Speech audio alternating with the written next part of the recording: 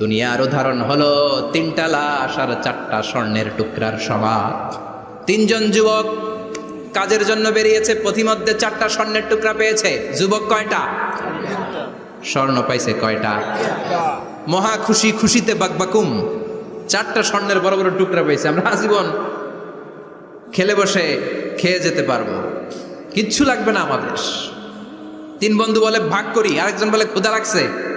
একজন যা বাজার থেকে রুটি কিনে নিয়ে আয়, খাওয়ার পরে ভাগ করবো। একজন রুটি কিনতে গেল, শয়তান দুইটারে বুঝায় ওইটারে মারতে পারলে ভাগ বাটোয়ারা সহজ হবে। তোরা দুইজন স্বর্ণ চারটা, তুই নিবি দুইটা, ও নেবে দুইটা।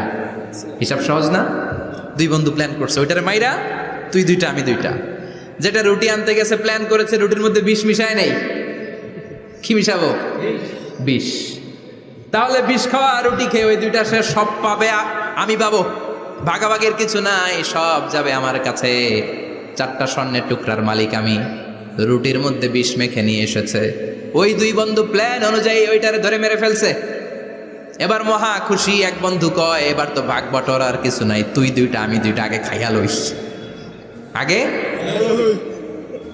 খাওয়ার পরে এই দুইটাও নাই। তিনটা লাশ, চারটা স্বর্ণের টুকরা, এটাই তো দুনিয়ার জীবন, ঠিক কিনা? আসল জীবন কবর।